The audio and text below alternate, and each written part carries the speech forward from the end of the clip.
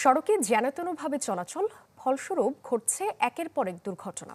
Battery চালিত রিকশার কারণে সড়ক যেমন অনিরাপদ হয়ে উঠেছে, তেমনি ঘটছে প্রাণহানিও।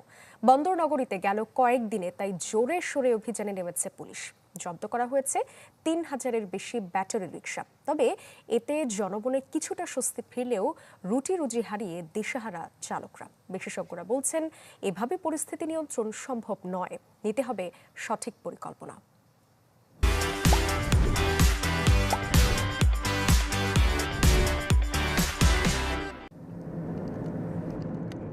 মনসুরাবাদে চট্টগ্রাম মেট্রোপলিটন পুলিশের ডাম্পিং স্টেশন, যেখানে জব্দ করে রাখা হয়েছে হাজার হাজার ব্যাটারি চালিত অটোরিকশা।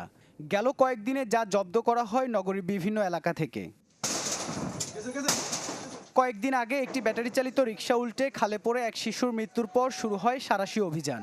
বেপরোয়া এসব রিকশা নিয়ে নগরবাসীরও রয়েছে ক্ষুব্ধ প্রতিক্রিয়া। আপনার 12-13 বছর হয় নাই, ও অটো রিক্সা চালাচ্ছে কেন? ওকে ওকে অটো রিক্সা চালানোর যোগ্য হয়েছে? ও কেন চালাবে অটো রিক্সা? মানে আরো পাশে লোক ছিল, ডাইরেক্ট মারিয়ে দিয়েছে, গতিরোধ করে এমন গতি গেছে একদম পুরো এই পর্যন্ত সেলাই, এখন পর্যন্ত পাটা বাঁকা করতে পারি না। তবে কেউ কেউ মনে করেন এভাবে অভিযানের ফলে গরিব চালকরাই লোকসানের মুখে পড়ছেন, কারণ অধিকাংশ রিকশা তারা ঋণ নিয়ে কিনেছেন।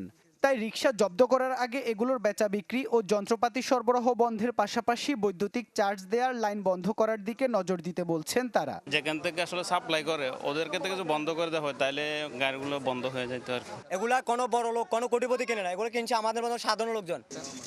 নিজেদের ব্যাটারি রিকশা জব্দ হওয়ায় অনেকটা দিশেহারা চালকরা, দুষছেন মালিক ও প্রশাসনকে। আমার মনে হয় আমি গলা দই দেওয়ার জন্য সপ্তাহে 1100 টাকা আমার কিস্তি।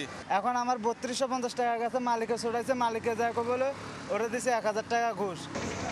তবে ব্যাটারি চালিত রিকশার বিষয়ে কঠোর অবস্থানের কথা জানান সিএমপির কর্মকর্তারা। চার্জিং পয়েন্ট ব্যালিশ করে দিতে পারি, তাহলে ওটু চার্জ দিতে না পারলে আর ওটু রাস্তায় নিয়ে বেরোতে পারবে না। যেন পিডিবির লোকজন আছে, বিদ্যুৎ অফিসের লোকজন আছে, তারা ওই যেসব লাইন অবৈধ ওটাকে ওই বিচ্ছিন্ন করে দিচ্ছে। ব্যাটারি চালিত রিকশার বিরুদ্ধে অভিযান পরিচালনা করতেছি এবং তাদের যে চার্জিং পয়েন্ট যেগুলো সেগুলো আমরা নির্মূল করতেছি। ব্যাটারি রিকশা চলাচলের ক্ষেত্রে একটি সুনির্দিষ্ট নীতিমালা প্রয়োজন বলে মত নগরবিদদের। আজকে আমি 10টি রিকশা আটক করব, 10টি পরিবার ক্ষতিগ্রস্ত হবে, কিন্তু অন্যদিকে দেখা যাচ্ছে এই গ্যারেজগুলোতে সেই ত্রুটিপূর্ণ বা ডিজাইন যেগুলো বা কোনো স্ট্যান্ডার্ড ছাড়াই রিকশা 100টি রিকশা তৈরি হয়ে যাচ্ছে। এক্ষেত্রে কিন্তু আসলে এদের লাগাম টেনে ধরা বেশ দুঃসাধ্য ব্যাপার হয়ে যাবে। নগরীতে ঠিক কত সংখ্যক ব্যাটারি চালিত রিকশা রয়েছে তার নেই সঠিক কোনো পরিসংখ্যান, তবে কোনো কোনো পক্ষের হিসাব অনুসারে তা 1 লাখের কাছাকাছি। ইবেন মীর, চ্যানেল 24, চট্টগ্রাম।